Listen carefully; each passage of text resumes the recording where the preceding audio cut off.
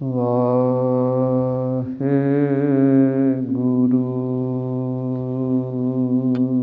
ਸਾਹਿਬ ਜੀ।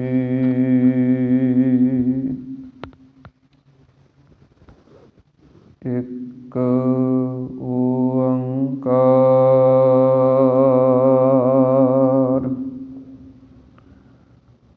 ਸਤਿਨਾਮ ਕਰਤਾ ਪੁਰਖ ਨਿਰਭਉ ਨਿਰਵੈਰ ਅਕਾਲ ਮੂਰਤ ਅਜੂਨੀ ਸੈਭੰ ਗੁਰ ਪ੍ਰਸਾਦ ਜਪ ਆਦਿ ਸੱਚ ਜੁਗਾਦਿ ਸੱਚ ਹੈ ਭੀ ਸੱਚ ਨਾਨਕ ਹੋਸੀ ਭੀ ਸੱਚ।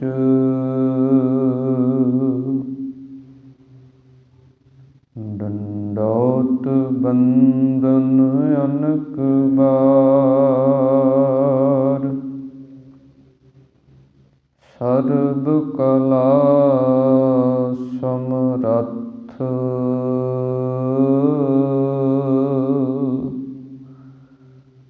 ਡੋਲਨ ਤੇ ਰਾਖਹੁ ਪ੍ਰਭੂ ਨਾਨਕ ਦੇ ਕਰ ਹੱਥ। ਬੇਸੁਮਾਰ ਅਥਾਹ ਅਗਨਤ ਅਤੁੱਲੈ ਜਿਉ ਬੁਲਾਵਹੁ ਤਿਉ ਨਾਨਕ ਦਾਸ ਬੋਲੇ। ਕਹਾਂ ਬੁੱਧ ਪ੍ਰਭ ਤੁਛ ਹਮਾਰੀ ਬਰਨ ਸਕੈ ਮਹਿਮਾ ਜੋ ਤਿਹਾਰੀ। ਹਮ ਨਾ ਸਕਤ ਕਰ ਸਿਫਤ ਤੁਮਾਰੀ ਆਪ ਲਿਹੋ ਤੁਮ ਕਥਾ ਸੁਧਾਰੀ। ਮੂਕ ਉਚਰੈ ਸ਼ਾਸਤਰ ਖਟ ਪਿੰਗ ਗਿਰਨ ਚੜ ਜਾਇ।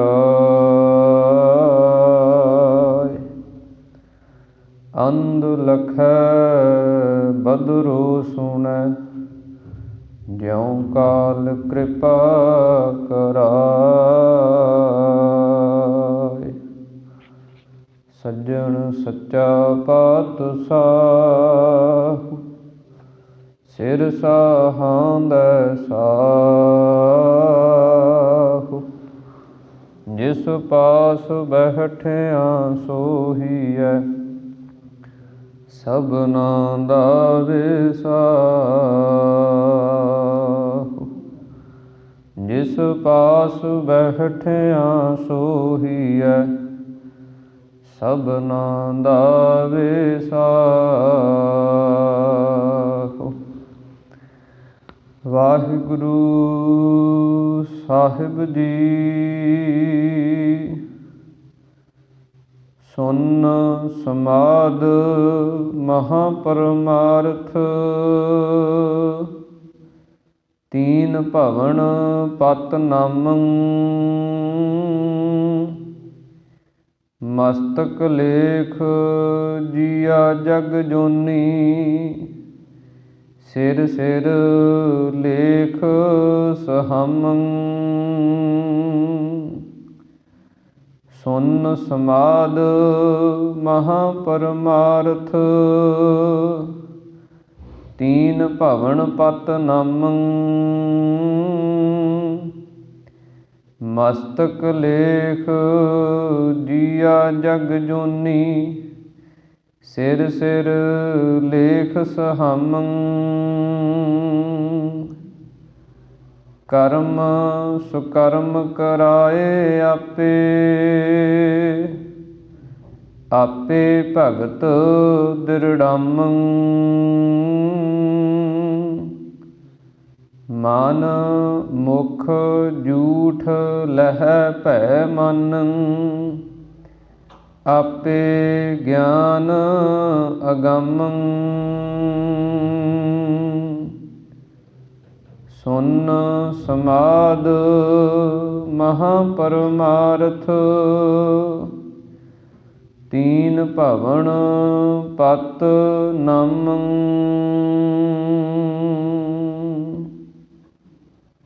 ਵਾਹਿਗੁਰੂ ਜੀ ਕਾ ਖਾਲਸਾ, ਵਾਹਿਗੁਰੂ ਜੀ ਕੀ ਫਤਿਹ।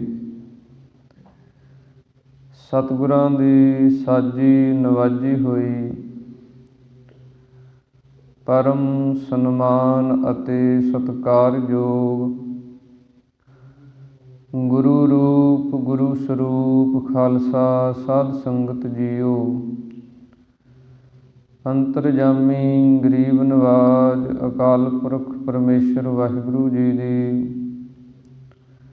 ਅਤਿਅੰਤ ਕਿਰਪਾਲਤਾ ਰਹਿਮਤ ਬਖਸ਼ਿਸ਼ ਦਾ ਸਦਕਾ ਆਪਾਂ ਸਰਬੱਤਰ ਗੁਰਸਿੱਖ ਮਾਈ ਭਾਈ ਦਸਾਂ ਪਾਤਸ਼ਾਹੀਆਂ ਦੀ ਆਤਮਿਕ ਜੋਤ, ਚਵਰ ਛਤਰ ਤਖਤ ਦੇ ਮਾਲਕ, ਜੁਗੋ ਜੁਗ ਅਟਲ ਗੁਰਬਾਣੀ ਸਰੂਪ ਸਤਿਗੁਰੂ ਧੰਨ ਧੰਨ ਸਤਿਗੁਰੂ ਸ੍ਰੀ ਗੁਰੂ ਗ੍ਰੰਥ ਸਾਹਿਬ ਮਹਾਰਾਜ, ਜਿਨ੍ਹਾਂ ਦੀ ਪਾਵਨ ਪਵਿੱਤਰ ਹਜ਼ੂਰੀ ਦੇ ਅੰਦਰ ਅੰਮ੍ਰਿਤ ਵੇਲੇ ਦੇ ਦੀਵਾਨਾਂ ਦੀਆਂ ਹਾਜ਼ਰੀਆਂ ਭਰ ਕੇ ਸਤਿਗੁਰਾਂ ਦੇ ਦਰਸ਼ਨ ਦਿਦਾਰੇ ਕਰਕੇ, ਗੁਰਬਾਣੀ ਸਰਵਣ ਕਰਕੇ ਲਾਹੇ ਪ੍ਰਾਪਤ ਕਰ ਰਹੇ ਹਾਂ। ਸਤਿਗੁਰਾਂ ਦੀ ਅਪਾਰ ਕਿਰਪਾ ਦੁਆਰਾ ਅੰਮ੍ਰਿਤ ਵੇਲੇ ਗ੍ਰੰਥੀ ਸਿੰਘ ਸਾਹਿਬਾਨ ਜੀ ਵੱਲੋਂ ਪ੍ਰਕਾਸ਼ ਦੀ ਸੇਵਾ ਹੋਈ ਹੈ। ਉਸ ਤੋਂ ਉਪਰੰਤ ਨਿਤਨੇਮ ਦੀਆਂ ਬਾਣੀਆਂ ਦੇ ਜਾਪ ਪੜ੍ਹੇ ਸੁਣੇ ਗਏ ਹਨ, ਜਿਸ ਤੋਂ ਉਪਰੰਤ ਸਤਿਗੁਰਾਂ ਦੀ ਪਾਵਨ ਗੁਰਬਾਣੀ ਦੀ ਚੱਲ ਰਹੀ ਲੜੀਵਾਰ ਕਥਾ ਦੇ ਵਿੱਚੋਂ ਆਪ ਜੀ ਨੇ ਸ਼ਬਦ ਸਰਵਣ ਕੀਤਾ ਹੈ, ਜਿਸ ਦੀ ਵਿਚਾਰ ਆਪਾਂ ਕੱਲ੍ਹ ਤੋਂ ਪ੍ਰਾਰੰਭ ਕੀਤੀ ਹੈ। ਸਤਿਗੁਰੂ ਸ੍ਰੀ ਗੁਰੂ ਨਾਨਕ ਦੇਵ ਮਹਾਰਾਜ ਸੱਚੇ ਪਾਤਸ਼ਾਹ ਜੀ ਦਾ ਉਚਾਰਨ ਕੀਤਾ ਹੋਇਆ ਸ਼ਬਦ ਸੋਰਠ ਰਾਗ ਦੇ ਅੰਦਰ ਦਰਜ ਹੈ। ਸਤਿਗੁਰੂ ਸ੍ਰੀ ਗੁਰੂ ਨਾਨਕ ਦੇਵ ਮਹਾਰਾਜ ਜੀ ਨੇ ਇਸ ਪਾਵਨ ਪਵਿੱਤਰ ਸ਼ਬਦ ਦੇ ਅੰਦਰ ਸ਼ੁਭ ਉਪਦੇਸ਼ ਆਪਾਂ ਨੂੰ ਬਖਸ਼ਿਸ਼ ਕੀਤਾ ਹੈ। ਜਿਸ ਸ਼ਬਦ ਦੇ 4 ਪਦੇ ਆਪਾਂ ਕੱਲ੍ਹ ਵਿਚਾਰ ਲਏ ਸਨ, ਅੱਗੇ ਰਹਿੰਦੇ 4 ਪਦੇ ਆਪਾਂ ਅੱਜ ਵਿਚਾਰਨ ਦਾ ਯਤਨ ਕਰਨਾ ਹੈ। ਸਤਿਗੁਰਾਂ ਨੇ ਇਸ ਪਾਵਨ ਸ਼ਬਦ ਦੇ ਅੰਦਰ ਰਹਾਉ ਦੀਆਂ ਪੰਕਤੀਆਂ ਦੇ ਅੰਦਰ ਸ਼ਬਦ ਦਾ ਸਿਧਾਂਤ ਰੱਖਿਆ ਹੈ, ਕੇਂਦਰੀ ਭਾਵ ਰੱਖਿਆ ਹੈ, ਜਿਸ ਦੇ ਅੰਦਰ ਸਤਿਗੁਰਾਂ ਨੇ ਬਚਨ ਕੀਤਾ ਹੈ ਕਿ ਇਸ ਸੰਸਾਰ ਦੇ ਅੰਦਰ ਵੈਰਾਗ ਜਿਹੜਾ ਹੈ ਉਸ ਦਾ ਬੜਾ ਪ੍ਰਭਾਵ ਜਗਤ 'ਤੇ ਰਿਹਾ ਹੈ। ਇੱਥੋਂ ਤੱਕ ਕਿ ਇਸ ਵੈਰਾਗ ਦੇ ਨਾਮ 'ਤੇ ਇੱਕ ਪੰਥ ਵੀ ਚੱਲਿਆ, ਜਿਸ ਨੂੰ ਵੈਰਾਗੀਆਂ ਦਾ ਪੰਥ ਕਰਕੇ ਕਿਹਾ ਜਾਂਦਾ। ਪਰ ਵੈਰਾਗ ਨੂੰ ਪੈਦਾ ਕਰਨ ਵਾਸਤੇ ਜਿਹੜੇ ਕੋਈ ਯਤਨ ਕੀਤੇ ਜਾਂਦੇ ਸਨ, ਉਹਨਾਂ ਯਤਨਾਂ ਨੂੰ ਸਤਿਗੁਰਾਂ ਨੇ ਸੁਧਾਰਿਆ। ਵੈਰਾਗ ਜ਼ਰੂਰੀ ਹੈ। ਵੈਰਾਗ ਤੋਂ ਬਿਨਾਂ ਇਹ ਸੰਸਾਰ ਦੀ ਮਾਇਆ ਜਿਹੜੀ ਹੈ, ਇਹਦੇ ਵੱਲੋਂ ਮਨ ਉਪਰਾਮ ਨਹੀਂ ਹੁੰਦਾ। ਅਤੇ ਜਿੰਨਾ ਚਿਰ ਮਨ ਦੀ ਉਪਰਾਮਤਾ ਨਹੀਂ ਹੁੰਦੀ ਮਾਇਆ ਵਾਲੇ ਪਾਸੋਂ, ਇਹ ਇੱਦਾਂ ਜੁੜਿਆ ਹੋਇਆ ਮਨ ਜਿਹੜਾ ਮਾਇਆ ਦੇ ਨਾਲ ਇੱਕਮਿਕ ਹੋ ਰਿਹਾ, ਇੱਕ ਰੂਪ ਹੋ ਰਿਹਾ। ਇਸੇ ਕਰਕੇ ਸਾਡਾ ਮਨ ਜਿਹੜਾ ਉਹ ਬੜਾ ਛੇਤੀ ਮਾਇਆ ਵਾਲੇ ਪਾਸੇ ਨੂੰ ਲੁਭਾਏਮਣ ਹੋ ਜਾਂਦਾ। ਉਹਦਾ ਕਾਰਨ ਇਹ ਹੈ ਵੀ ਇਹਦਾ ਬਹੁਤ ਲੰਮੇ ਸਮੇਂ ਦਾ ਸੰਬੰਧ ਜਿਹੜਾ ਉਹ ਮਾਇਆ ਦੇ ਨਾਲ ਜੁੜਿਆ ਹੋਇਆ। ਇਸ ਕਰਕੇ ਇਹਨੂੰ ਉੱਧਰਲੇ ਪਾਸਿਓਂ ਤੋੜਨਾ, ਉੱਧਰਲੇ ਪਾਸਿਓਂ ਉਪਰਾਮ ਕਰਨਾ ਬੜਾ ਔਖਾ। ਉਹਦੇ ਵਾਸਤੇ ਫਿਰ ਵੈਰਾਗ ਜਿਹੜਾ ਹੈ ਉਹ ਕੰਮ ਕਰਦਾ। ਵੈਰਾਗੀ ਹੋ ਗਿਆ ਜਦੋਂ ਮਨ, ਉਪਰਾਮ ਹੋ ਗਿਆ, ਫਿਰ ਉਹ ਪ੍ਰਭੂ ਅਤੇ ਪਰਮੇਸ਼ਰ ਦੀ ਭਗਤੀ ਵਾਲੇ ਪਾਸੇ ਆਉਂਦਾ।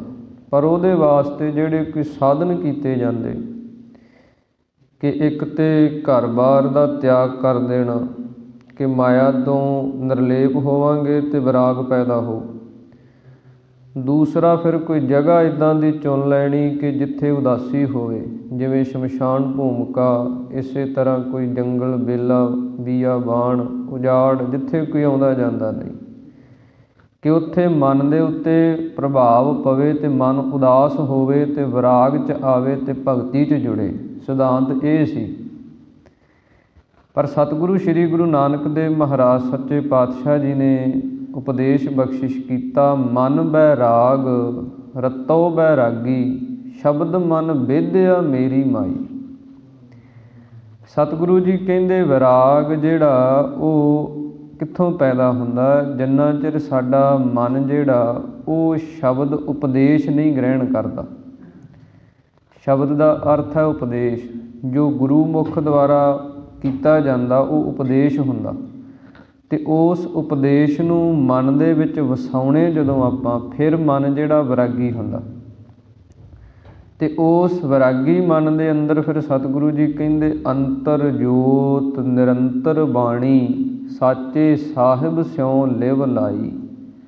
ਅੰਤਰ ਜੋਤ, ਜਿਹੜੀ ਅੰਤਰ ਆਤਮੇ ਜੋਤ ਹੈ, ਜੋਤ ਦਾ ਭਾਵ ਪ੍ਰਕਾਸ਼, ਸੱਤਾ, ਰੌਸ਼ਨੀ, ਗਿਆਨ, ਉਹ ਕੀ ਹੈ? ਪਰਮੇਸ਼ਰ ਦੀ ਅੰਸ਼ ਹੈ। ਜਿਹੜੀ ਕੀੜੀ ਤੋਂ ਲੈ ਕੇ ਹਾਥੀ ਪਰਜੰਤ ਜਿੰਨੇ ਜੀਵ ਹੈ, ਜਾਂ ਚਾਰ ਖਾਣੀਆਂ ਦੀ ਜਿੰਨੀ ਰਚਨਾ, ਅੰਡਜ, ਜੇਰਜ, ਸੇਤਜ, ਉਤਪੁਜ, ਤੇਰੇ ਕੀਏ ਜਨਤਾ, ਸਭ ਦੇ ਅੰਦਰ ਹੀ ਉਹਦੀ ਉਹ ਜੋਤ ਜਿਹੜੀ ਪਰਮੇਸ਼ਰ ਦੀ ਸੱਤਾ ਹੈ ਉਹ ਵਿਰਾਜਮਾਨ ਹੈ। ਅਤੇ ਨਿਰੰਤਰ ਇੱਕ ਰਸ ਹੈ, ਕਿਸੇ ਦੇ ਵਿੱਚ ਵੱਧ ਨਹੀਂ, ਕਿਸੇ ਦੇ ਵਿੱਚ ਘੱਟ ਨਹੀਂ, ਵੀ ਉਹਦੇ 'ਚ ਜੋਤ, ਜੇ ਕੀੜੀ ਦਾ ਆਕਾਰ ਛੋਟਾ ਤਾਂ ਉਹਦੇ 'ਚ ਜੋਤ ਵੀ ਛੋਟੀ ਹੈ, ਵੀ ਹਾਥੀ ਦਾ ਆਕਾਰ ਵੱਡਾ ਅਤੇ ਉਹਦੇ 'ਚ ਜੋਤ ਵੱਡੀ ਹੈ। ਜੋਤ ਉਹਦੀ ਓਨੀ ਹੋਈ ਹੈ, ਨਿਰੰਤਰ ਇੱਕ ਰਸ। ਸਾਚੇ ਸਾਹਿਬ ਸਿਉ ਲਿਵ ਲਾਈ, ਗੁਰੂ ਦਾ ਉਪਦੇਸ਼ ਮਨ ਦੇ ਵਿੱਚ ਵਸਾ ਕੇ ਜਿਨ੍ਹਾਂ ਨੇ ਸੱਚੇ ਸਾਹਿਬ ਦੇ ਵਿੱਚ ਆਪਣੀ ਲਿਵ ਬਿਰਤੀ ਨੂੰ ਲਾ ਲਿਆ, ਉਹ ਸਤਿਗੁਰੂ ਜੀ ਕਹਿੰਦੇ ਐਸਾ ਵੈਰਾਗ ਪੈਦਾ ਹੁੰਦਾ, ਫਿਰ ਉਹ ਅਸਲੀ ਵੈਰਾਗੀ ਹੁੰਦਾ। ਅਤੇ ਉਹਦੇ ਵਾਸਤੇ ਜੇ ਗੁਰੂ ਦੇ ਸ਼ਬਦ ਨੂੰ ਗ੍ਰਹਿਣ ਕਰਨਾ, ਹਿਰਦੇ 'ਚ ਵਸਾਉਣਾ, ਲਿਵ ਲਾਉਣੀ, ਇਹਦੇ ਵਾਸਤੇ ਕੋਈ ਜਗ੍ਹਾ ਚੁਣਨ ਦੀ ਲੋੜ ਨਹੀਂ, ਕੋਈ ਸੰਸਾਰ ਤੋਂ ਬਾਹਰ ਜਾਣ ਦੀ ਲੋੜ ਨਹੀਂ, ਦੂਰ ਜਾਣ ਦੀ ਲੋੜ ਨਹੀਂ, ਕਿਉਂਕਿ ਜੁੜਨਾ ਅਤੇ ਮੰਨਣੇ ਹੈ, ਸੁਧਾਰ ਮਨ ਦਾ ਕਰਨਾ। ਇਸ ਪ੍ਰਕਾਰ ਇਸ ਪਾਵਨ ਸ਼ਬਦ ਦੇ ਅੰਦਰ ਸਤਿਗੁਰਾਂ ਨੇ ਇਹ ਸਿੱਖਿਆ ਅੰਕਿਤ ਕੀਤੀ ਹੈ। ਅਗਲੇ ਜੋ 4 ਪਦੇ ਹਨ ਉਹਨਾਂ ਦੇ ਅੰਦਰ ਸਤਿਗੁਰੂ ਸ਼੍ਰੀ ਗੁਰੂ ਨਾਨਕ ਦੇਵ ਮਹਾਰਾਜ ਸੱਚੇ ਪਾਤਸ਼ਾਹ ਜੀ ਆਪਾਂ ਨੂੰ ਸ਼ੁਭ ਵਿਚਾਰਾਂ ਦੀ ਬਖਸ਼ਿਸ਼ ਕਰ ਰਹੇ ਹਨ। ਮਨ ਬਿਰਤੀਆਂ ਨੂੰ ਇਕਾਗਰ ਕਰਕੇ ਸਰਵਣ ਕਰਨ ਦੇ ਯਤਨ ਕਰੀਏ। ਇੱਕ ਵਾਰੀ ਉਚਾਰਨ ਕਰੋ ਜੀ, ਸਤਿਨਾਮ ਸ੍ਰੀ ਵਾਹਿਗੁਰੂ ਸਾਹਿਬ ਜੀ। ਵਾਹਿਗੁਰੂ ਸਾਹਿਬ ਜੀ ਸੁਨ ਸਮਾਦ ਮਹਾ ਪਰਮਾਰਥ, ਤੀਨ ਭਵਨ ਪਤ ਨਾਮੰ। ਸਤਿਗੁਰੂ ਸ੍ਰੀ ਗੁਰੂ ਨਾਨਕ ਦੇਵ ਮਹਾਰਾਜ ਬਚਨ ਉਚਾਰਨ ਕਰਦੇ ਹਨ, ਸੁਨ ਸਮਾਦ ਮਹਾ ਪਰਮਾਰਥ।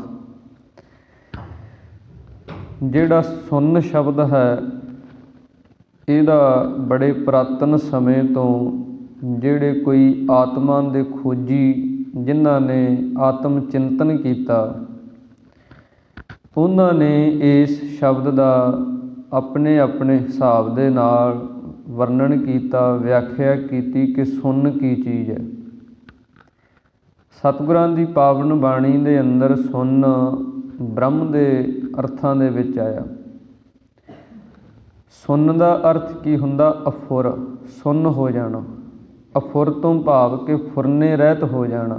ਜਿੱਥੇ ਕੋਈ ਸੰਕਲਪ ਅਤੇ ਵਿਕਲਪ ਮਨ ਦੇ ਵਿੱਚੋਂ ਪੈਦਾ ਨਹੀਂ ਹੁੰਦਾ, ਅਫੁਰ ਅਵਸਥਾ, ਮਨ ਦੀ ਇਕਾਗਰ ਅਤੇ ਆਤਮਿਕ ਅਡੋਲ ਅਵਸਥਾ, ਉਸ ਨੂੰ ਸੁਨ ਆਖਿਆ ਜਾਂਦਾ। ਸਤਿਗੁਰੂ ਜੀ ਕਹਿੰਦੇ ਉਹ ਸੁਨ ਅਤੇ ਸਮਾਧ।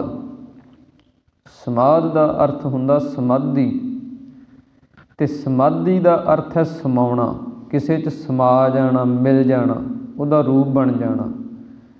ਜਿਹਦੇ ਵਿੱਚ ਮਿਲਣਾ, ਉਸੇ ਦਾ ਹੀ ਰੂਪ ਬਣ ਜਾਣਾ। ਆਪ ਦੀ ਜਿਹੜੀ ਹਸਤੀ ਹੈ, ਆਪ ਦਾ ਜਿਹੜਾ ਵਜੂਦ ਹੈ, ਉਹ ਛੁੱਟ ਜਾਣਾ, ਉਹ ਖਤਮ ਹੋ ਜਾਣਾ, ਉਹਨੂੰ ਸਮਾਧੀ ਆਖਿਆ ਜਾਂਦਾ।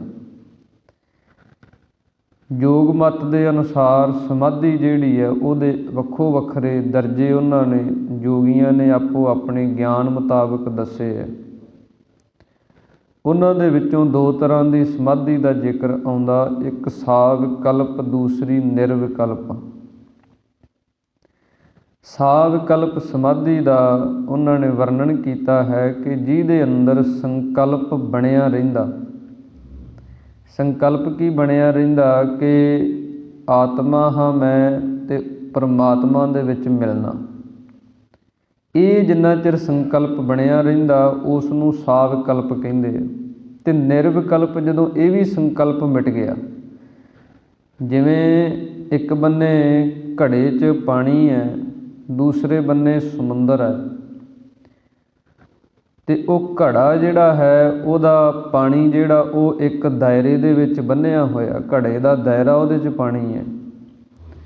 ਪਰ ਜਦੋਂ ਉਹ ਦਾਇਰਾ ਟੁੱਟ ਗਿਆ, ਪਾਣੀ ਸੀ ਜਿਹੜਾ ਘੜੇ ਦਾ ਸਮੁੰਦਰ 'ਚ ਮਿਲ ਗਿਆ, ਫਿਰ ਉਹਦਾ ਆਪਣਾ ਕੋਈ ਰੂਪ ਨਹੀਂ ਰਿਹਾ, ਉਹ ਸਮੁੰਦਰ ਬਣ ਗਿਆ।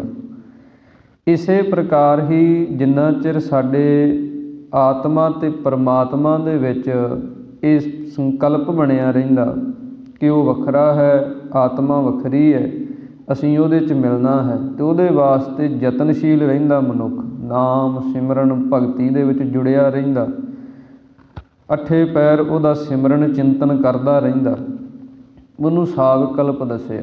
ਅਤੇ ਜਦੋਂ ਉਹਦਾ ਰੂਪ ਹੋ ਗਿਆ, ਬ੍ਰਹਮ ਰੂਪ ਬਣ ਗਿਆ, ਉਹ ਨਿਰਵਿਕਲਪ ਹੋ ਗਿਆ।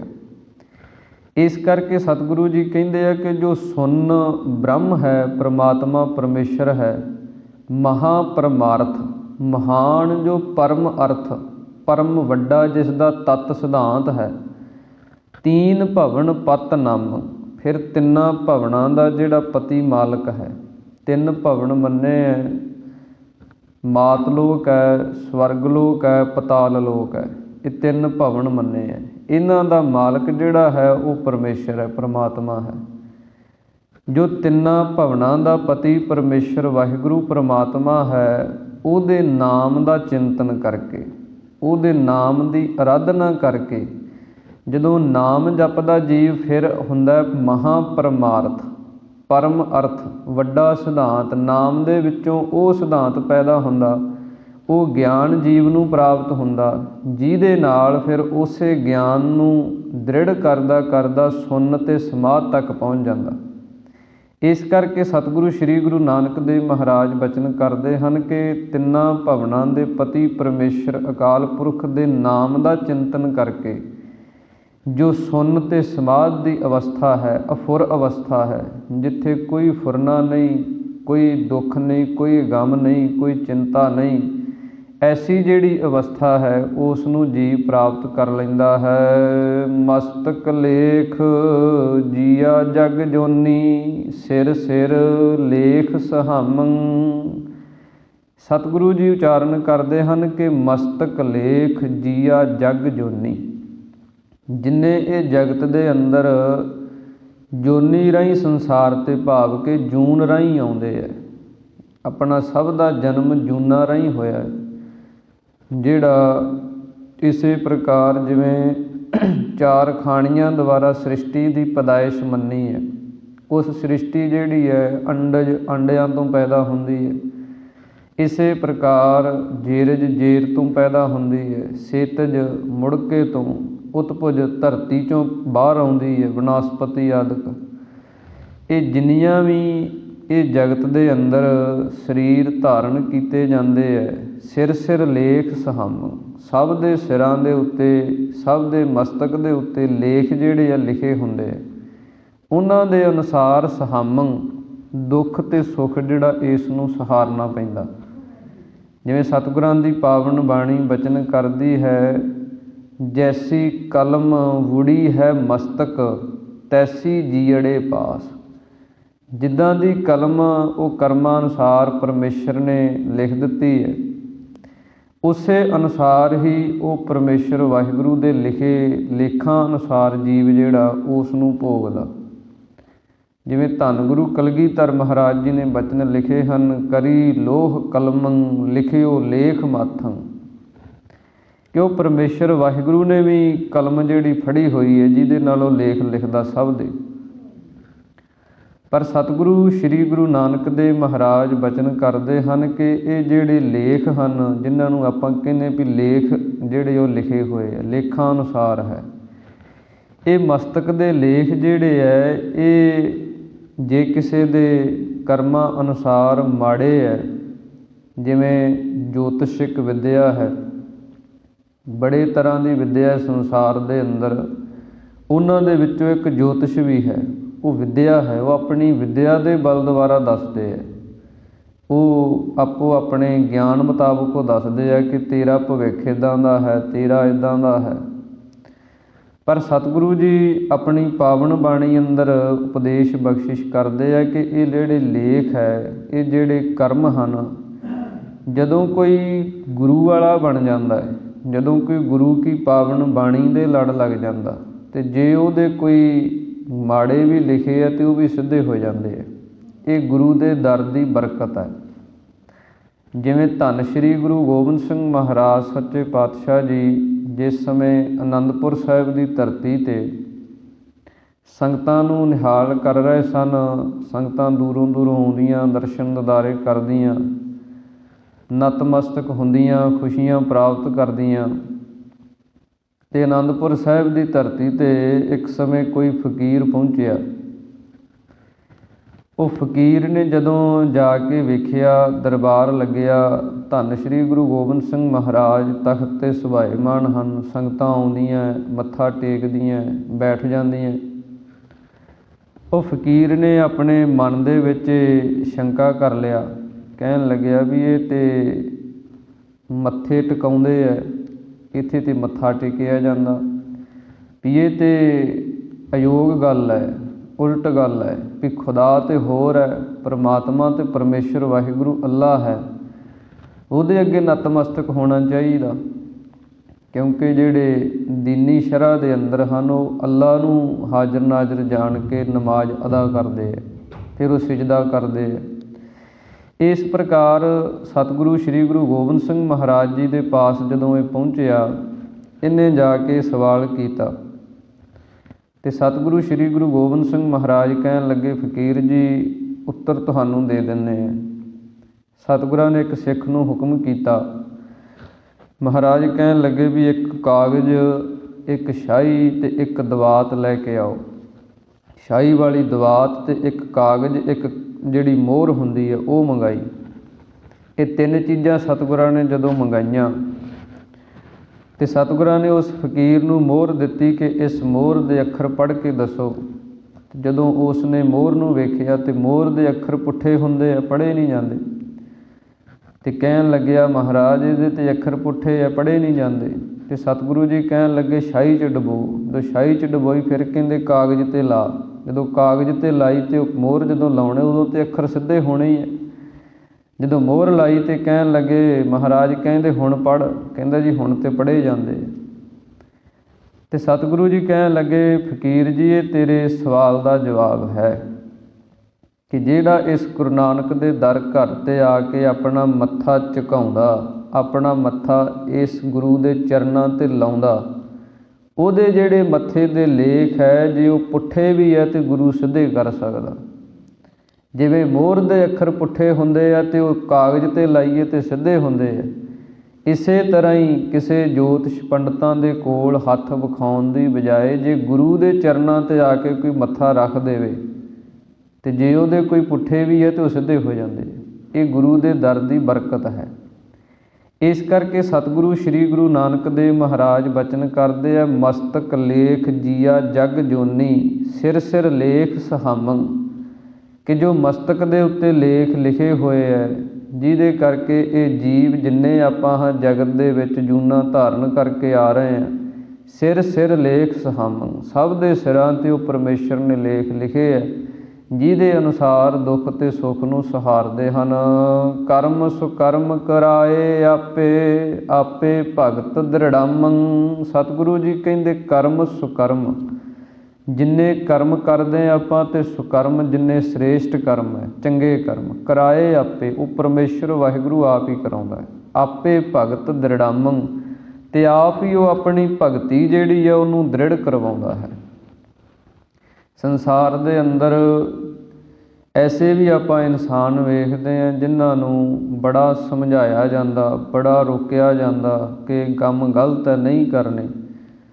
ਬੜਾ ਉਹਨਾਂ ਨੂੰ ਜਦੋਂ ਸਾਰੇ ਸਮਝਾ ਕੇ ਹਾਰ ਜਾਂਦੇ ਆ, ਹੰਭ ਜਾਂਦੇ ਆ, ਆਸ ਲਾ ਦਿੰਦੇ ਆ ਵੀ ਨਹੀਂ ਇਹ ਨਹੀਂ ਸੁਧਰ ਸਕਦਾ। ਅਤੇ ਉਹ ਪਰਮੇਸ਼ਰ ਦੀ ਕਈ ਵਾਰ ਐਸੀ ਖੇਡ ਵਰਤਦੀ ਹੈ, ਐਸੀ ਦੇਵਨੇਤ ਹੁੰਦੀ ਹੈ ਵੀ ਉਹਨੂੰ ਨਾ ਕੋਈ ਕਹਿੰਦਾ ਨਾ ਕੋਈ ਸਮਝਾਉਂਦਾ, ਉਹ ਆਪਣੇ ਆਪ ਹੀ ਸਹੀ ਹੋ ਜਾਂਦਾ। ਉਹ ਕਰਮ ਹੀ ਹੁੰਦਾ ਜਿਹੜਾ ਉਹਦਾ ਜਿਹੜਾ ਲਿਖਿਆ ਹੁੰਦਾ ਉਹ ਮਿਟ ਜਾਂਦਾ। ਪਰਮੇਸ਼ਰ ਦੀ ਕਿਰਪਾ ਜਦੋਂ ਹੋ ਜਾਂਦੀ ਹੈ, ਕਰਮ ਉਹਦਾ ਵਿੱਚ ਅੜਿਆ ਹੁੰਦਾ ਉਹ ਪਾਸੇ ਹੋ ਜਾਂਦਾ। ਜਦੋਂ ਕਿਤੇ ਸੇਵਾ ਕਰਦਾ, ਬਾਣੀ ਪੜ੍ਹਦਾ, ਗੁਰੂ ਦੇ ਦਰ 'ਤੇ ਆਉਂਦਾ, ਝਾੜੂ ਲਾਉਂਦਾ, ਇਸੇ 'ਚ ਹੀ ਬਰਕਤ ਹੈ, ਇਸੇ 'ਚ ਹੀ ਖੁਸ਼ੀਆਂ ਹਨ, ਇਸੇ 'ਚ ਹੀ ਉਹ ਲੇਖ ਜਿਹੜੇ ਆ ਮਿਟ ਜਾਂਦੇ ਆ, ਗੁਰੂ ਵਾਲਾ ਬਣ ਜਾਂਦਾ। ਇਸ ਕਰਕੇ ਸਤਿਗੁਰੂ ਜੀ ਕਹਿੰਦੇ ਕਰਮ ਸੁਕਰਮ ਕਰਾਏ ਆਪੇ। ਇਹ ਸਾਰੇ ਹੀ ਕਰਮ ਅਤੇ ਸ਼ੁਭ ਕਰਮ ਜਿੰਨੇ ਵੀ ਹਨ ਇਹ ਸਾਰੇ ਉਹ ਪਰਮੇਸ਼ਰ ਵਾਹਿਗੁਰੂ ਆਪ ਕਰਾਉਂਦਾ। ਆਪੇ ਭਗਤ ਦ੍ਰਿੜਾਮੰ, ਆਪ ਹੀ ਆਪਣੀ ਭਗਤੀ ਜਿਹੜੀ ਆ ਉਹ ਦ੍ਰਿੜ ਕਰਵਾਉਂਦਾ ਹੈ। ਅਤੇ ਕਰਮ ਦੇ ਵਿੱਚੋਂ ਇਸੇ ਕਰਕੇ ਕਰਮ 'ਤੇ ਜ਼ੋਰ ਦਿੱਤਾ ਜਾਂਦਾ ਵੀ ਕਰਮ ਸ਼ੁਭ ਕਰੋ, ਕਿਉਂਕਿ ਕਰਮਾਂ ਕਰਕੇ ਗਿਆਨ ਦੀ ਪੈਦਾਇਸ਼ ਹੁੰਦੀ ਹੈ। ਕਰਮ ਦੇ ਵਿੱਚੋਂ ਗਿਆਨ ਪੈਦਾ ਹੁੰਦਾ। ਜਿੱਦਾਂ ਦਾ ਕਰਮ ਕਰਾਂਗੇ ਉੱਦਾਂ ਦਾ ਉਹਦੇ 'ਚੋਂ ਗਿਆਨ, ਉਹਦੇ 'ਚੋਂ ਉਹਦੀ ਸਮਝ ਆਉਣੀ ਹੈ। ਇਸ ਕਰਕੇ ਸਤਿਗੁਰੂ ਜੀ ਕਹਿੰਦੇ ਹਨ ਕਿ ਇਹ ਕਰਮ ਸੁਕਰਮ ਜਿੰਨੇ ਸ੍ਰੇਸ਼ਟ ਕਰਮ ਹਨ ਅਤੇ ਭਗਤੀ ਰੂਪੀ ਜਿੰਨੇ ਕਰਮ ਹਨ ਉਹ ਪਰਮੇਸ਼ਰ ਵਾਹਿਗੁਰੂ ਦ੍ਰਿੜ ਕਰਵਾਉਂਦਾ ਹੈ। ਮਨ ਮੁਖ ਝੂਠ ਲਹੈ ਭੈ ਮਾਨੰ ਆਪੇ ਗਿਆਨ ਅਗੰਮੰ। ਸਤਿਗੁਰੂ ਜੀ ਕਹਿੰਦੇ ਮਨ ਦੇ ਵਿੱਚੋਂ ਵੀ ਅਤੇ ਮੁੱਖ ਦੇ ਵਿੱਚੋਂ ਵੀ ਝੂਠ ਜਿਹੜੀ ਆ ਉਹ ਲੈ ਜਾਂਦੀ ਹੈ। ਮਨ ਦੇ ਵਿੱਚ ਵੀ ਜਿਹੜੀ ਮੈਲ ਹੈ ਉਹ ਵੀ ਇੱਕ ਝੂਠ ਹੈ, ਅਵਿਦਿਆ ਦੀ ਝੂਠ ਹੈ ਜਿਹੜੀ ਮਨ ਦੇ ਉੱਤੇ ਲੱਗੀ ਹੋਈ ਹੈ। ਮਨ ਦੇ ਉੱਤੇ ਤਿੰਨ ਤਰ੍ਹਾਂ ਦੇ ਪਰਦੇ ਹੈ। ਮਨ ਦੀ ਵਿਖੇਪਤਾ ਹੈ, ਚੰਚਲਤਾ ਹੈ। ਇਸੇ ਤਰ੍ਹਾਂ ਮਨ ਦੇ ਉੱਤੇ ਇਹ ਚੀਜ਼ਾਂ ਮਨ ਟਿਕਦਾ ਨਹੀਂ, ਇਹ ਵੀ ਮੈਲ ਹੈ। ਮਨ ਦੇ ਉੱਤੇ ਕਿਸੇ ਚੀਜ਼ ਦੇ ਬਾਣੀ ਦਾ, ਨਾਮ ਦਾ, ਸਿਮਰਨ ਦਾ ਅਸਰ ਨਹੀਂ ਹੁੰਦਾ, ਉਹ ਵੀ ਮਨ ਜਿਹੜਾ ਬੜਾ ਮੈਲਾ ਹੋਇਆ ਪਿਆ ਕਰਮਾਂ ਕਰਕੇ, ਜਿਹਦੇ ਕਰਕੇ ਉਹਦੇ 'ਤੇ ਉਹ ਪਰਤ ਚੜ੍ਹੀ ਹੈ। ਸਤਿਗੁਰੂ ਜੀ ਕਹਿੰਦੇ ਉਹ ਜਿਹੜੀ ਮਨ ਦੀ ਮਲੀਨਤਾ ਹੈ ਅਤੇ ਮੁੱਖ ਦੇ ਵਿੱਚੋਂ, ਕਿਉਂਕਿ ਜੋ ਮਨ 'ਚ ਹੈ ਉਹ ਮੁੱਖ 'ਚੋਂ ਬੋਲ ਜਾਂਦਾ ਜੀਵ, ਅਤੇ ਮੁੱਖ ਕਰਕੇ ਵੀ ਉਹ ਪਵਿੱਤਰ ਹੋ ਜਾਂਦੇ ਆ, ਮਨ ਕਰਕੇ ਵੀ ਪਵਿੱਤਰ ਹੋ ਜਾਂਦੇ ਆ। ਸਾਰੀ ਝੂਠ ਲੈ ਜਾਂਦੀ ਹੈ, ਕਿਉਂਕਿ ਲੈ ਕਿਵੇਂ ਜਾਂਦੀ ਹੈ? ਭੈ ਮਾਨੰ, ਉਹਨਾਂ ਨੇ ਪਰਮਾਤਮਾ ਦਾ ਡਰ ਮੰਨਿਆ ਕਿ ਰੱਬ ਕੋਈ ਹੈ, ਉਹਦੇ ਤੋਂ ਡਰ ਕੇ ਚੱਲਦੇ ਆ। ਜਦੋਂ ਇਨਸਾਨ ਦੇ ਅੰਦਰੋਂ ਰੱਬ ਦਾ ਹੀ ਡਰ ਨਿਕਲ ਜਾਏ ਕਿ ਰੱਬ ਕੌਣ ਹੈ, ਕੌਣ ਵੇਖਦਾ, ਕਿਹਨੇ ਸਜ਼ਾ ਦੇਣੀ ਹੈ, ਅਤੇ ਫਿਰ ਮਨ ਕਰਕੇ ਵੀ ਪਾਪ, ਸਰੀਰ ਕਰਕੇ ਵੀ ਪਾਪ, ਜ਼ਬਾਨ ਕਰਕੇ ਵੀ ਪਾਪ, ਡਰ ਹੀ ਨਹੀਂ ਰਿਹਾ। ਤੇ ਜਿਨ੍ਹਾਂ ਦੇ ਅੰਦਰ ਰੱਬ ਦਾ ਡਰ ਹੈ, ਜਿਹੜੇ ਪ੍ਰਮਾਤਮਾ ਤੋਂ ਡਰਦੇ ਹੈ ਵੀ ਰੱਬ ਵੀ ਕੋਈ ਚੀਜ਼ ਹੈ, ਪ੍ਰਮਾਤਮਾ ਗੁਰੂ ਪਰਮੇਸ਼ਰ ਹੈ, ਅੰਗ ਸੰਗ ਹੈ, ਸਦਾ ਵੇਖਦਾ, ਉਹ ਸਤਿਗੁਰੂ ਜੀ ਕਹਿੰਦੇ ਇਹਨਾਂ ਪਾਪਾਂ ਗੁਨਾਹਾਂ ਤੋਂ ਬਚ ਜਾਂਦੇ ਆ। ਆਪੇ ਗਿਆਨ ਅਗੰਮ, ਜਿਹੜਾ ਅਗੰਮੀ ਗਿਆਨ ਹੈ, ਅਨੁਭਵੀ ਗਿਆਨ ਹੈ, ਉਹਦੀ ਉਹਨਾਂ ਨੂੰ ਪ੍ਰਾਪਤੀ ਹੁੰਦੀ ਹੈ। ਕਿਉਂਕਿ ਗਿਆਨ ਇੱਕ ਸਾਡੀ ਅਕਲ ਦੇ ਵਿੱਚੋਂ ਨਿਕਲਦਾ, ਇੱਕ ਤੇ ਉਹ ਗਿਆਨ ਹੈ ਜਿਹੜਾ ਇਨਸਾਨ ਬੁੱਧੀ ਨਾਲ ਇਕੱਠਾ ਕਰਦਾ, ਕਿਤਾਬਾਂ 'ਚੋਂ, ਗ੍ਰੰਥਾਂ 'ਚੋਂ, ਹੋਰ ਕਿਸੇ ਕਾਰਜ ਦੇ ਵਿੱਚੋਂ, ਜਿਹੜਾ ਕੋਈ ਕਰਮ ਕਰਦਾ ਉਹਦੇ 'ਚੋਂ ਆਪੋ ਆਪਣੇ ਕਰਮਾਂ ਦੇ ਅਨੁਸਾਰ, ਆਪੋ ਆਪਣੇ ਕੰਮਾਂ ਦੇ ਅਨੁਸਾਰ ਉਹਦੇ 'ਚ ਮਾਹਰ ਬਣਦਾ। ਇੱਕ ਗਿਆਨ ਹੈ ਅਨੁਭਵੀ ਗਿਆਨ, ਅਗੰਮੀ ਗਿਆਨ।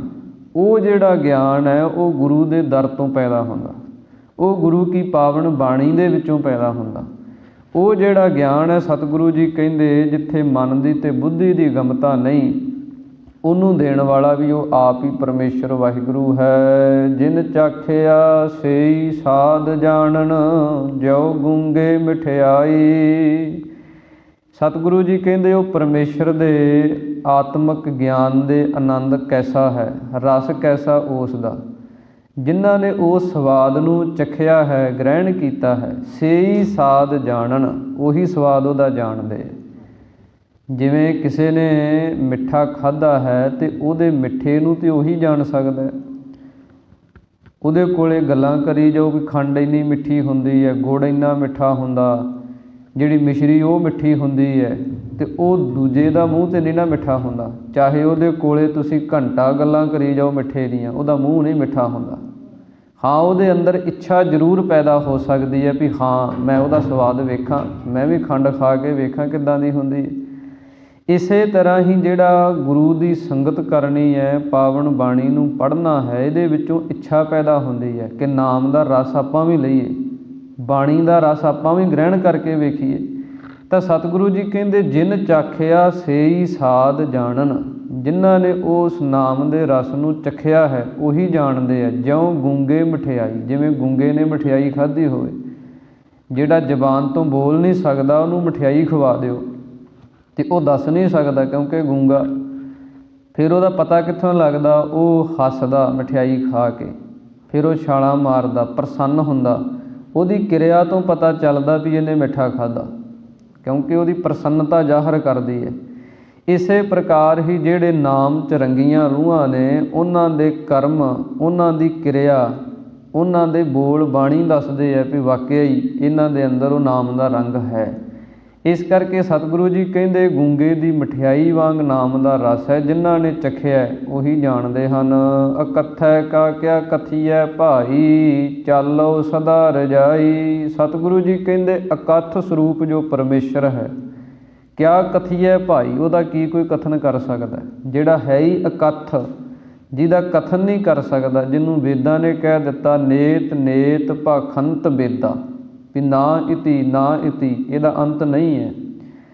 ਮੈਂ ਅਕਥ ਨਾ ਕਥਨਾ ਜਾਈ। ਸਤਿਗੁਰੂ ਜੀ ਕਹਿੰਦੇ ਉਸ ਅਕਥ ਸਰੂਪ ਨੂੰ ਕੋਈ ਕਥਨ ਕਰ ਹੀ ਨਹੀਂ ਸਕਦਾ, ਸ਼ਬਦਾਂ ਦੇ ਨਾਲ ਨਹੀਂ ਕੋਈ ਕਰ ਸਕਦਾ, ਲਿਖ ਕੇ ਨਹੀਂ ਕੋਈ ਕਰ ਸਕਦਾ।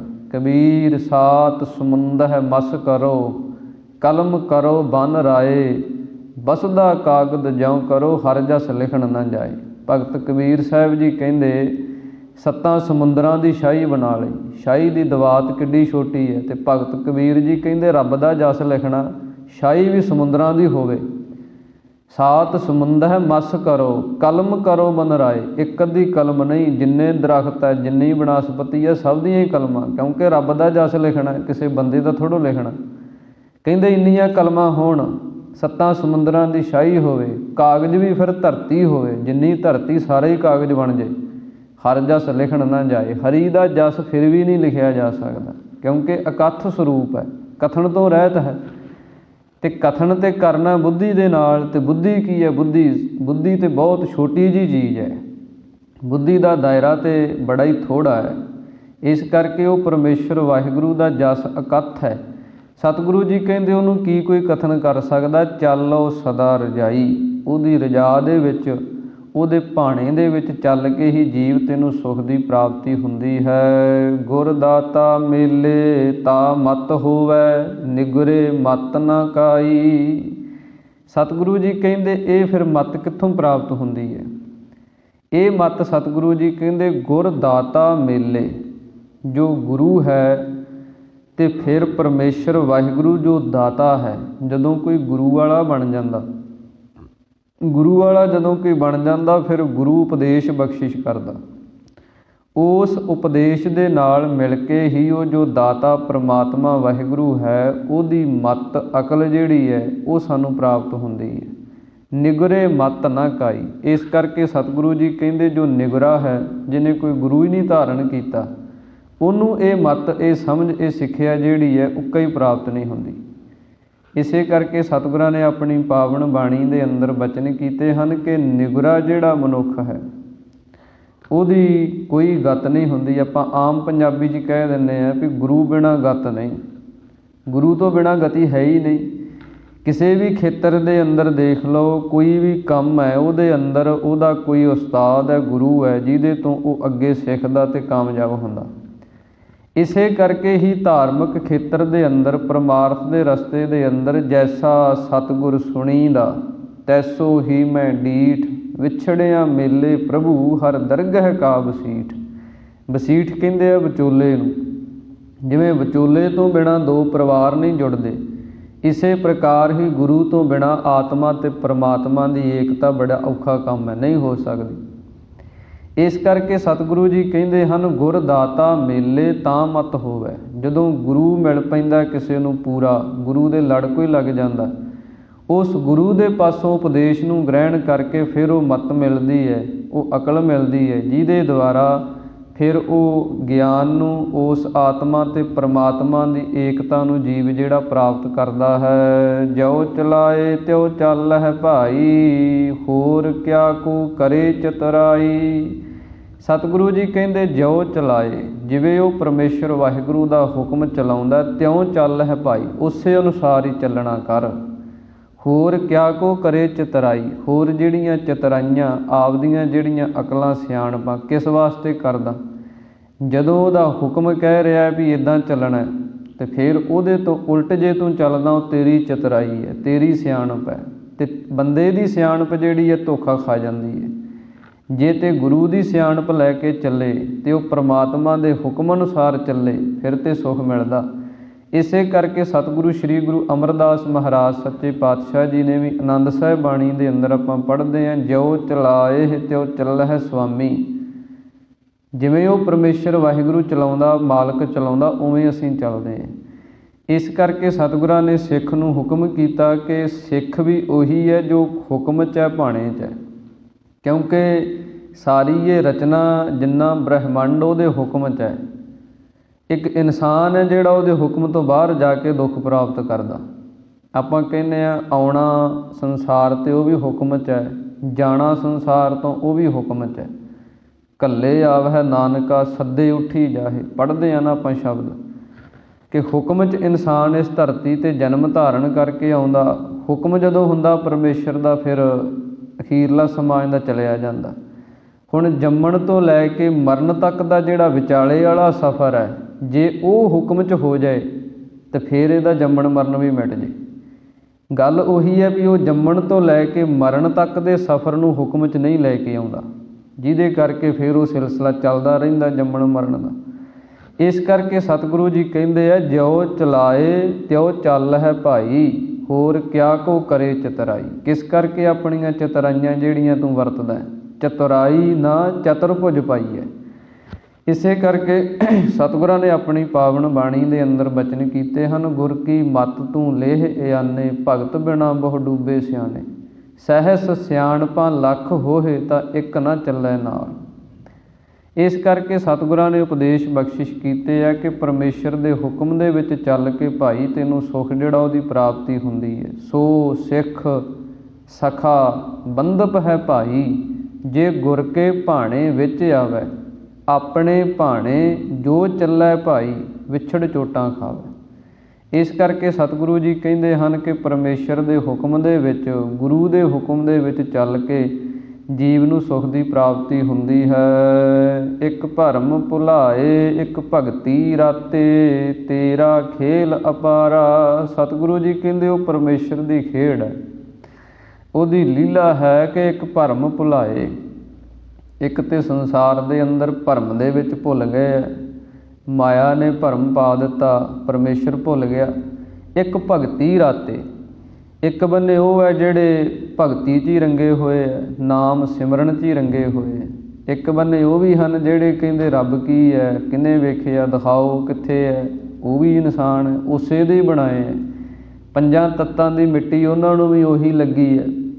ਦੂਸਰੇ ਬੰਨੇ ਹੈ ਉਹ ਕਹਿੰਦੇ ਆ ਰੱਬ ਤੋਂ ਬਿਨਾਂ ਹੈ ਹੀ ਕੁਝ ਨਹੀਂ, ਪਰਮੇਸ਼ਰ ਦੀ ਸੱਤਾ ਹੀ ਸਭ 'ਤੇ ਹੈ, ਸਭ ਥਾਵਾਂ 'ਤੇ ਹੀ ਉਹ ਹੈ, ਉਹਦੇ ਤੋਂ ਬਿਨਾਂ ਪੱਤਾ ਵੀ ਨਹੀਂ ਹਿੱਲਦਾ, ਐਸਾ ਵੀ ਵਿਸ਼ਵਾਸ ਹੈ। ਇਹ ਸਾਰੀ ਖੇਡ ਜਿਹੜੀ ਹੈ, ਤੇਰਾ ਖੇਲ ਅਪਾਰਾ, ਪਰਮੇਸ਼ਰ ਵਾਹਿਗੁਰੂ ਤੇਰੀ ਖੇਡ ਅਚਰਜ ਹੈ। ਇੱਕ ਮਾਇਆ ਦੇ ਪ੍ਰਭਾਵ ਹੇਠ ਆ ਕੇ, ਕਿਉਂਕਿ ਮਾਇਆ ਜਿਹੜੀ ਹੈ ਉਹੀ ਭਰਮਾਉਂਦੀ ਹੈ। ਅਤੇ ਭਰਮ ਜਿਹੜਾ ਹੁੰਦਾ, ਭਰਮ ਦਾ ਲੱਛਣ ਸਤਿਗੁਰਾਂ ਨੇ ਆਪਣੀ ਪਾਵਨ ਬਾਣੀ ਦੇ ਅੰਦਰ ਭਗਤ ਰਵਿਦਾਸ ਸਾਹਿਬ ਜੀ ਨੇ ਦੱਸਿਆ ਕਿ ਮਾਧਵੇ ਕਿਆ ਕਹੀਐ ਭਰਮ ਐਸਾ, ਜੈਸਾ ਮਾਨੀਐ ਹੋਏ ਨਾ ਤੈਸਾ। ਇਹ ਭਰਮ ਦਾ ਲੱਛਣ ਹੈ ਕਿ ਜਿਸ ਚੀਜ਼ ਨੂੰ ਜਿੱਦਾਂ ਦਾ ਮੰਨੀਏ, ਇਨਸਾਨ ਦਾ ਮਨ ਮੰਨੇ ਵੀ ਇਹ ਚੀਜ਼ ਇੱਦਾਂ ਦੀ ਹੈ, ਉੱਦਾਂ ਦੀ ਉਹ ਨਾ ਨਿਕਲੇ, ਉਹਨੂੰ ਭਰਮ ਕਹਿੰਦੇ ਹੈ। ਜੇ ਇਹ ਇਨਸਾਨ ਨੇ ਮਨ ਦੇ ਵਿੱਚ ਸੋਚ ਲਿਆ ਵੀ ਸੰਸਾਰ ਬਈ ਸੱਚਾ, ਇਹ ਸਰੀਰ ਮੇਰਾ ਸੱਚਾ, ਇਹ ਮਾਇਆ ਦੇ ਸੁੱਖ ਬੜੇ ਸੱਚੇ ਹੈ, ਇਹ ਸਾਥ ਨਿਭਦੇ ਹੈ, ਇਹ ਸਦਾ ਰਹਿਣਗੇ, ਭਰਮ ਪੈ ਗਿਆ। ਅਤੇ ਅਖੀਰ 'ਤੇ ਕੀ ਹੋਇਆ, ਕੁਝ ਵੀ ਪੱਲੇ 'ਚ ਨਹੀਂ। ਇਸ ਕਰਕੇ ਸਤਿਗੁਰੂ ਜੀ ਕਹਿੰਦੇ ਉਹ ਪਰਮੇਸ਼ਰ ਦੀ ਮਾਇਆ ਨੇ ਪ੍ਰਭਾਵ ਕਰਕੇ ਭਰਮ 'ਚ ਭੁੱਲ ਗਏ ਇੱਕ ਜੀਵ। ਇੱਕ ਭਗਤੀ ਰਾਤੇ, ਇੱਕ ਭਗਤੀ ਦੇ ਵਿੱਚ, ਨਾਮ ਦੇ ਵਿੱਚ ਰੰਗੇ ਹੋਏ। ਇਹ ਤੇਰੀ ਖੇਡ ਹੈ ਪਰਮੇਸ਼ਰ ਵਾਹਿਗੁਰੂ, ਜਿਤ ਤੁਧ ਲਾਏ ਤੇਹਾ ਫਲ ਪਾਇਆ, ਤੂੰ ਹੁਕਮ ਚਲਾਵਣ ਹਾਰਾ। ਸਤਿਗੁਰੂ ਜੀ ਕਹਿੰਦੇ ਜਿੱਧਰ ਤੂੰ ਲਾਉਣਾ ਹੈ ਪਰਮੇਸ਼ਰ, ਤੇਹਾ ਫਲ ਪਾਇਆ, ਉੱਦਾਂ ਦਾ ਹੀ ਫਲ ਮਿਲ ਜਾਂਦਾ। ਜੇ ਇਨਸਾਨ ਸ਼ੁਭ ਕਰਮਾਂ 'ਚ ਲੱਗਦਾ, ਨਾਮ ਸੇਵਾ ਸਿਮਰਨ ਭਗਤੀ ਵਾਲੇ ਕਰਮਾਂ 'ਚ ਲੱਗਦਾ, ਅਤੇ ਸੁੱਖ ਦੀ ਪ੍ਰਾਪਤੀ ਹੁੰਦੀ ਹੈ। ਜੇ ਇਨਸਾਨ ਇਹ ਸੰਸਾਰ ਦੇ ਵਿਸ਼ੇ ਵਾਸ਼ਨਾ ਵਾਲੇ ਕਰਮਾਂ 'ਚ ਭੋਗਣ 'ਚ ਲੱਗਦਾ, ਫਿਰ ਦੁੱਖ ਦੀ ਪ੍ਰਾਪਤੀ ਹੁੰਦੀ ਹੈ। ਪੁੰਨ ਦਾ ਫਲ ਜਿਹੜਾ ਹੁੰਦਾ ਉਹ ਸੁੱਖ ਮੰਨਿਆ, ਅਤੇ ਪਾਪ ਦਾ ਫਲ ਜਿਹੜਾ ਉਹ ਦੁੱਖ ਮੰਨਿਆ। ਇਸ ਕਰਕੇ ਸਤਿਗੁਰੂ ਜੀ ਕਹਿੰਦੇ ਆ ਜਿਤ ਤੁਧ ਲਾਏ ਤੇਹਾ ਫਲ ਪਾਇਆ। ਜਿੱਧਰ ਪਰਮੇਸ਼ਰ ਵਾਹਿਗੁਰੂ ਕਰਮਾਂ ਅਨੁਸਾਰ ਜੀਵ ਲੱਗਿਆ, ਉੱਦਾਂ ਦਾ ਹੀ ਫਲ ਤੂੰ ਦੇ ਦਿੰਦਾ। ਤੂੰ ਕਿਸੇ ਦਾ ਲਿਹਾਜ਼ ਨਹੀਂ ਕਰਦਾ, ਜਿੱਦਾਂ ਦਾ ਕਰਮ ਹੈ ਤੂੰ ਉਹਦਾ ਫਲ ਦੇਣਾ ਹੀ ਦੇਣਾ। ਤੂੰ ਹੁਕਮ ਚਲਾਵਣ ਹਾਰਾ, ਪਰਮੇਸ਼ਰ ਵਾਹਿਗੁਰੂ ਤੂੰ ਆਪਣੇ ਹੁਕਮ ਦੇ ਵਿੱਚ ਚਲਾਉਣ ਵਾਲਾ ਹੈ। ਸੇਵਾ ਕਰੀ ਜੇ ਕਿਛ ਹੋਵੈ ਆਪਣਾ, ਜੀਓ ਪਿੰਡ ਤੁਮਾਰਾ। ਸਤਿਗੁਰੂ ਜੀ ਸੇਵਾ ਕਰਨ ਦਾ ਵੀ ਤਰੀਕਾ ਦੱਸਦੇ ਆ ਵੀ ਸੇਵਾ ਕਿਵੇਂ ਕਰੀਦੀ ਹੈ। ਸੇਵਾ ਕਰੀ ਜੇ ਕਿਛ ਹੋਵੈ ਆਪਣਾ। ਸਤਿਗੁਰੂ ਜੀ ਕਹਿੰਦੇ ਸੇਵਾ ਕਰਨ ਵੇਲੇ ਇਹ ਭਾਵਨਾ ਅੰਦਰ ਇਹ ਰੱਖ, ਕਈ ਵਾਰ ਇਨਸਾਨ ਸੇਵਾ ਤਾਂ ਕਰਦਾ, ਪਰ ਉਹਦੇ ਮਨ ਦੇ ਵਿੱਚ ਆਉਂਦਾ ਵੀ ਮੈਂ ਕਰ ਰਿਹਾ, ਮੈਂ ਸੇਵਾ ਕੀਤੀ ਹੈ, ਮੈਂ ਦਾਨ ਦਿੱਤਾ ਹੈ, ਮੈਂ ਇੱਥੇ ਆਹ ਕਰਾ ਦਿੱਤਾ ਹੈ। ਪਰ ਸਤਿਗੁਰੂ ਜੀ ਕਹਿੰਦੇ ਸੇਵਾ ਕਰੀ ਜੇ ਕਿਛ ਹੋਵੈ ਆਪਣਾ। ਜੇ ਤੇਰਾ ਕੁਝ ਹੈ ਤੇ ਤੂੰ ਕਹਿ ਵੀ ਮੈਂ ਕਰਾਇਆ, ਤੇਰਾ ਕੀ ਹੈ, ਤੇਰਾ ਤੇ ਕੁਝ ਵੀ ਨਹੀਂ। ਤੇਰਾ ਤੁਝ ਕੋ ਸੌਂਪ ਤੇ ਕਿਆ ਲੱਗੈ ਮੇਰਾ, ਗੁਰੂ ਤੇ ਇਹ ਕਹਿੰਦਾ। ਪਰ ਇਨਸਾਨ ਕੀ ਕਰਦਾ ਹੈ ਕਿ ਕਰਮ ਨੂੰ ਕਰਕੇ ਉਹਦੇ 'ਤੇ ਮੈਂ ਲਾਉਂਦਾ, ਜਿਹਦੇ ਕਰਕੇ ਫਿਰ ਦੁੱਖ ਹੁੰਦਾ। ਮੇਰੀ ਮੇਰੀ ਕੈਰੋਂ ਕਰਤੇ ਦੁਰਯੋਧਨ ਸੇ ਭਾਈ, 12 ਜੋਜਨ ਛਤਰ ਚੱਲੈ ਥਾ ਦੇਹੀ ਗਿਰਜ ਨਾ ਖਾਈ। ਇਸ ਮੇਰੀ ਕਰਕੇ ਹੀ ਇੰਨਾ ਕੁਝ ਹੋਇਆ ਉਹਨਾਂ ਦਾ। ਮੇਰੀ ਕਰਕੇ ਹੀ ਵੇਖ ਲਓ ਵੀ ਰਾਵਣ ਜਿਹੜਾ ਸੀ ਉਹ ਸਭ ਕੁਝ ਨਾਸ ਹੋ ਗਿਆ। ਇਸ ਕਰਕੇ ਸਤਿਗੁਰੂ ਜੀ ਕਹਿੰਦੇ ਆ ਸੇਵਾ ਕਰਨ ਵੇਲੇ ਇਹ ਭਾਵਨਾ ਹੋਣੀ ਚਾਹੀਦੀ ਹੈ ਕਿ ਪਰਮੇਸ਼ਰ ਵਾਹਿਗੁਰੂ ਸਭ ਕੁਝ ਹੀ ਤੇਰਾ ਹੈ। ਇਹ ਸੇਵਾ ਜਿਹੜੀ ਤੂੰ ਕਰਾ ਰਿਹਾ ਇਹ ਵੀ ਤੇਰੇ ਹੁਕਮ 'ਚ ਹੀ ਹੋ ਰਹੀ ਹੈ, ਨਾ ਅਸੀਂ ਸੇਵਾ ਹੀ ਕਰ ਸਕਦੇ। ਕਿਉਂਕਿ ਨਿਮਰਤਾ ਜਿਹੜੀ ਹੈ, ਨਿਮਰਤਾ ਗਰੀਬੀ ਗਦਾ ਹਮਾਰੀ, ਖੰਨਾ ਸਗਲ ਰੇਣ ਸ਼ਾਰੀ। ਨਿਮਰਤਾ ਗਰੀਬੀ ਜਿਹੜੀ ਹੈ ਇਹਦੇ ਵਿੱਚ ਸੁੱਖ ਦੀ ਪ੍ਰਾਪਤੀ ਹੁੰਦੀ ਹੈ, ਕੋਈ ਦੁਖੀ ਨਹੀਂ ਹੁੰਦਾ ਇਨਸਾਨ। ਇਸ ਕਰਕੇ ਸਤਿਗੁਰੂ ਜੀ ਕਹਿੰਦੇ ਆ ਕਿ ਪਰਮੇਸ਼ਰ ਵਾਹਿਗੁਰੂ ਤੇਰਾ ਹੀ ਤੈਨੂੰ ਸੌਂਪ ਰਹੇ ਹੈ, ਕੁਝ ਵੀ ਸਾਡਾ ਆਪਦਾ ਨਹੀਂ ਹੈ, ਸਭ ਕੁਝ ਹੀ ਤੇਰਾ ਅਤੇ ਤੇਰੇ ਹੀ ਅਰਪਣ ਕਰ ਰਹੇ ਹੈ, ਇਹਨੂੰ ਤੂੰ ਪ੍ਰਵਾਨ ਕਰ। ਸਤਿਗੁਰੂ ਜੀ ਬਚਨ ਕਰਦੇ ਜੀਓ ਪਿੰਡ ਤੁਮਾਰਾ। ਅਤੇ ਜਿਸ ਸਰੀਰ ਰਾਹੀਂ ਕਰ ਰਹੇ ਹੈ, ਇਹ ਸਰੀਰ ਕਿਸ ਦਾ, ਇਹ ਵੀ ਉਸੇ ਨੇ ਦਿੱਤਾ। ਅਤੇ ਇਹ ਪਿੰਡ ਦਾ ਮਤਲਬ ਹੁੰਦਾ ਪਿੰਡਾ, ਸਰੀਰ, ਉਰਦੂ ਦਾ ਸ਼ਬਦ ਹੈ ਪਿੰਡਾ। ਤੇ ਪਿੰਡੇ ਦਾ ਮਤਲਬ ਹੁੰਦਾ ਸਰੀਰ, ਤੇ ਸਰੀਰ ਦੇ ਅੰਦਰ ਜੀਓ ਜਿਹੜੀ ਜੀਵ ਆਤਮਾ, ਇਹ ਵੀ ਤੇਰੀ ਹੈ, ਆਤਮਾ ਵੀ ਤੇਰੀ ਹੈ, ਇਹ ਸਰੀਰ ਵੀ ਤੂੰ ਦਿੱਤਾ। ਆਪਾਂ ਤੇ ਮੰਗਿਆ ਹੀ ਨਹੀਂ ਸੀ ਵੀ ਸਾਨੂੰ ਮਨੁੱਖਾ ਜਨਮ ਦੇ, ਸਾਡੀਆਂ ਅੱਖਾਂ ਸਹੀ ਕੰਮ ਕਰਨ, ਕੰਨ ਸਾਡੇ ਸਹੀ ਸੁਣਨ, ਆਪਾਂ ਥੋੜ੍ਹਾ ਮੰਗੇ। ਇਹਨੂੰ ਅਣਮੰਗਿਆ ਦਾਨ ਦੇਵਣਾ, ਆਪਾਂ ਨਹੀਂ ਸੀ ਮੰਗਿਆ ਫਿਰ ਵੀ ਉਹਨੇ ਦਿੱਤਾ। ਤੇ ਐਸਾ ਦਾਨ ਦਿੱਤਾ, ਇਹ ਜੇ ਕੋਈ ਇੱਕ ਅੰਗ ਵੀ ਚਲਿਆ ਜਾਏ ਤੇ ਮਿਲਦਾ ਹੀ ਨਹੀਂ ਕਿਤੋਂ। ਕਿੱਡਾ ਅਨਮੋਲ ਦਾਤ ਦਿੱਤੀ ਹੈ। ਇਸ ਕਰਕੇ ਸਤਿਗੁਰੂ ਜੀ ਕਹਿੰਦੇ ਪਰਮੇਸ਼ਰ ਵਾਹਿਗੁਰੂ ਜੀਓ ਪਿੰਡ ਤੁਮਾਰਾ, ਇਹ ਜੀਵ ਆਤਮਾ, ਇਹ ਸਰੀਰ, ਇਹ ਸਭ ਕੁਝ ਹੀ ਪਰਮੇਸ਼ਰ ਵਾਹਿਗੁਰੂ ਤੇਰਾ ਹੈ। ਸਤਿਗੁਰ ਮਿਲਿਆ ਕਿਰਪਾ ਕੀਨੀ, ਅੰਮ੍ਰਿਤ ਨਾਮ ਆਧਾਰਾ। ਜਦੋਂ ਜੀਵ ਨੂੰ ਸਤਿਗੁਰੂ ਦੀ ਪ੍ਰਾਪਤੀ ਹੁੰਦੀ ਹੈ, ਕਿਰਪਾ ਕੀਨੀ, ਫਿਰ ਗੁਰੂ ਕਿਰਪਾ ਕਰਦਾ। ਅੰਮ੍ਰਿਤ ਨਾਮ ਆਧਾਰਾ, ਜਿਹੜਾ ਨਾਮ ਹੈ ਅੰਮ੍ਰਿਤ, ਉਹਦਾ ਆਧਾਰ ਆਸਰਾ ਬਣਾ ਦਿੰਦਾ। ਜਿਹੜਾ ਨਾਮ ਅੰਮ੍ਰਿਤ ਵਰਗਾ ਹੈ। ਅੰਮ੍ਰਿਤ ਦਾ ਅਰਥ ਹੁੰਦਾ ਜਦੋਂ ਜਿਹੜੀ ਚੀਜ਼ ਮੌਤ ਤੋਂ ਹੀ ਰਹਿਤ ਕਰ ਦੇਵੇ, ਅਮਰ ਹੋ ਜਾਏ ਬੰਦਾ, ਉਹ ਕੀ ਆ? ਪਰਮੇਸ਼ਰ ਦਾ ਨਾਮ। ਨਾਮ ਨੂੰ ਜਪ ਕੇ ਜੀਵ ਜਿਹੜਾ ਅਮਰ ਤੇ ਅਬਨਾਸੀ ਬਣ ਜਾਂਦਾ। ਉਹ ਨਾਮ ਹੀ ਫਿਰ ਇਸ ਜੀਵ ਦਾ ਭੋਜਨ, ਇਸ ਜੀਵ ਦਾ ਆਧਾਰ। ਬ੍ਰਹਮ ਗਿਆਨੀ ਕਾ ਭੋਜਨ ਗਿਆਨ, ਗਿਆਨ ਜਿਹੜਾ ਉਹਨਾਂ ਦਾ ਭੋਜਨ ਬਣ ਜਾਂਦਾ। ਨਾਮ ਜਿਹੜਾ ਹੈ ਉਹਨਾਂ ਦਾ ਆਧਾਰ ਆਸਰਾ ਬਣ ਜਾਂਦਾ। ਜਦੋਂ ਗੁਰੂ ਕਿਰਪਾ ਕਰਦਾ ਹੈ, ਫਿਰ ਪਰਮੇਸ਼ਰ ਦਾ ਨਾਮ ਭੋਜਨ ਤੇ ਆਸਰਾ ਬਣ ਜਾਂਦਾ ਹੈ। ਗਗਨ ਅੰਤਰ ਵਾਸਿਆ ਗੁਣ ਪ੍ਰਗਾਸਿਆ, ਗੁਣ ਮਹਿ ਗਿਆਨ ਧਿਆਨੰ। ਸਤਿਗੁਰੂ ਜੀ ਕਹਿੰਦੇ ਜੋ ਗਗਨ ਆਕਾਸ਼ ਦੇ ਅੰਦਰ ਵਿਆਪਿਆ, ਵਾਸਿਆ ਕਹੀਏ ਵਸਿਆ ਹੋਇਆ, ਆਕਾਸ਼ ਤੋਂ ਆਦਿਕ ਜਿੰਨੇ ਹੋਰ 4 ਤੱਤ ਹੈ, 5 ਤੱਤ ਹੈ, ਆਕਾਸ਼, ਹਵਾ, ਪਾਣੀ, ਅੱਗ, ਧਰਤੀ, ਇਹਨਾਂ 5 ਤੱਤਾਂ ਦੇ ਵਿੱਚ ਜਿਹੜਾ ਵਸਿਆ ਹੋਇਆ ਗੁਣ ਪ੍ਰਗਾਸਿਆ, ਤੇ ਉਹ ਜਿਹੜਾ ਵਸਿਆ ਹੋਇਆ ਪਰਮੇਸ਼ਰ ਵਾਹਿਗੁਰੂ ਹੈ, ਉਹਦੀ ਪ੍ਰਾਪਤੀ ਸਤਿਗੁਰੂ ਜੀ ਕਹਿੰਦੇ ਜਦੋਂ ਸਾਡੇ ਅੰਦਰ ਗੁਣ ਆ ਜਾਂਦੇ ਹੈ। ਜਿਵੇਂ ਆਕਾਸ਼ ਦਾ ਗੁਣ ਹੈ ਨਿਰਖੋਭ ਹੈ, ਧਰਤੀ ਦਾ ਗੁਣ ਹੈ ਧੀਰਜ ਹੈ, ਪਾਣੀ ਦਾ ਗੁਣ ਹੈ ਨਿਰਮਲ ਹੈ, ਅੱਗ ਦਾ ਗੁਣ ਹੈ ਪ੍ਰਕਾਸ਼ ਹੈ। ਇਹ ਗੁਣ ਹਨ ਇਹਨਾਂ ਤੱਤਾਂ ਦੇ।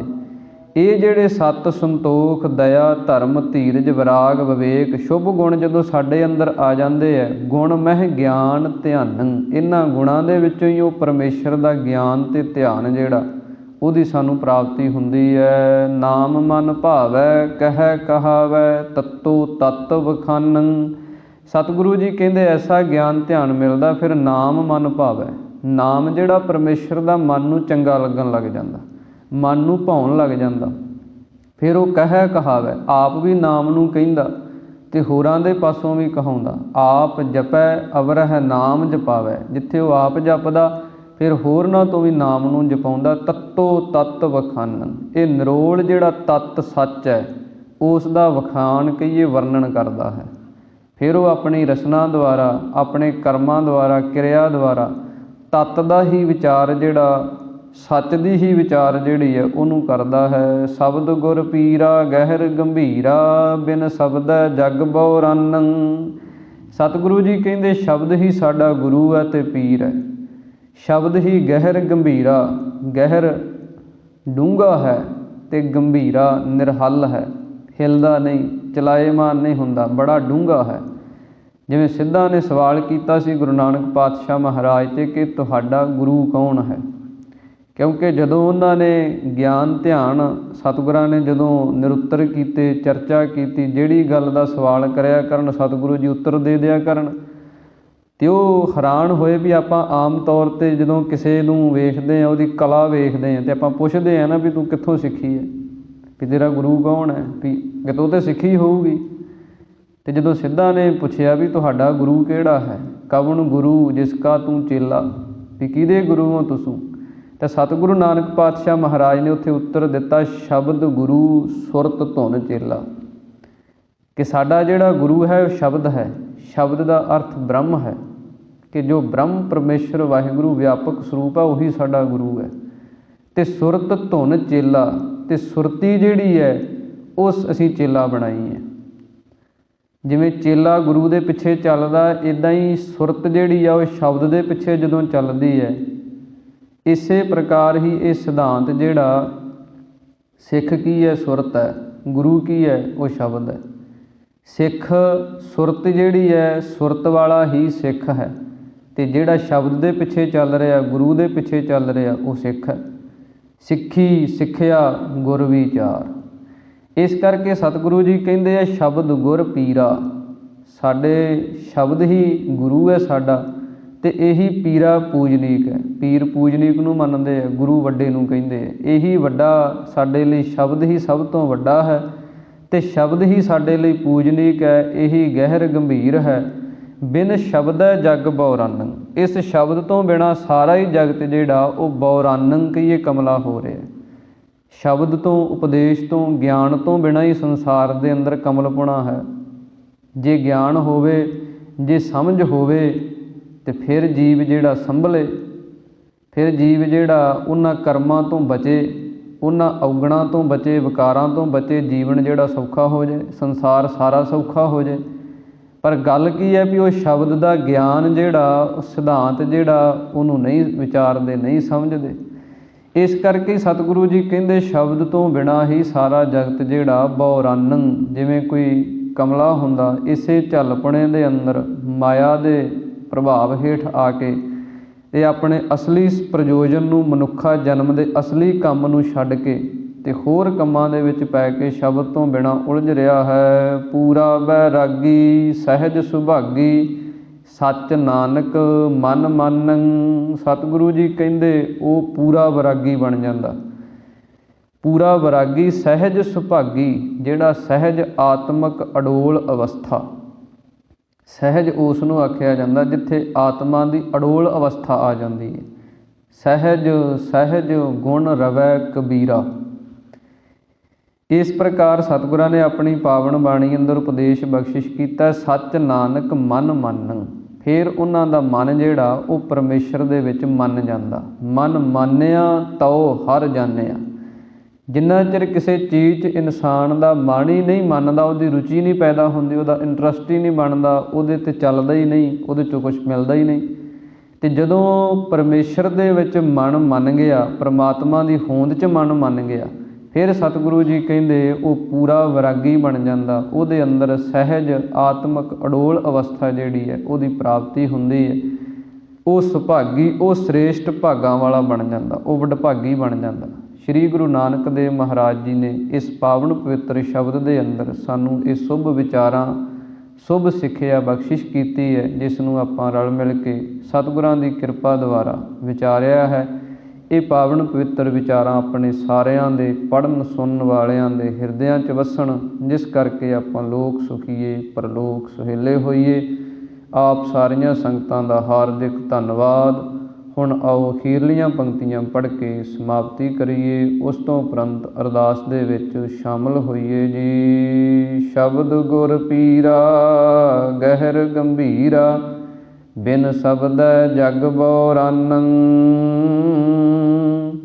ਪੂਰਾ ਬੈਰਾਗੀ ਸਹਿਜ ਸੁਭਾਗੀ, ਸੱਚ ਨਾਨਕ ਮਨ ਮਾਨੰ। ਵਾਹਿਗੁਰੂ ਜੀ ਕਾ ਖਾਲਸਾ, ਵਾਹਿਗੁਰੂ ਜੀ ਕੀ ਫਤਿਹ। ਹੇ ਗੋਬਿੰਦ, ਹੇ ਗੋਪਾਲ, ਹੇ ਦਇਆਲ ਲਾਲ, ਪ੍ਰਾਣਨਾਥ ਅਨਾਥ ਸਖੇ, ਦੀਨ ਦਰਦ ਨਿਵਾਰ। ਹੇ ਸਮਰੱਥ ਅਗਮ ਪੂਰਨ, ਮੋਹਿ ਮਇਆ ਧਾਰ। ਅੰਧਕੂਪ ਮਹਾ ਭਿਆਨ, ਨਾਨਕ ਪਾਰਿ ਉਤਾਰ। ਆਏ ਪ੍ਰਭ ਸਰਣਾਗਤੀ, ਕਿਰਪਾ ਨਿਧ ਦਇਆਲ। ਏਕ ਅੱਖਰ ਹਰ ਮਨ ਵਸਤ, ਨਾਨਕ ਹੋਤ ਨਿਹਾਲ। ਜਲ ਥਲ ਮਹੀਅਲ ਪੂਰਿਆ, ਸੁਆਮੀ ਸਿਰਜਣਹਾਰ। ਅਨਕ ਭਾਂਤ ਹੋਏ ਪਸਰਿਆ, ਨਾਨਕ ਏਕੰਕਾਰ।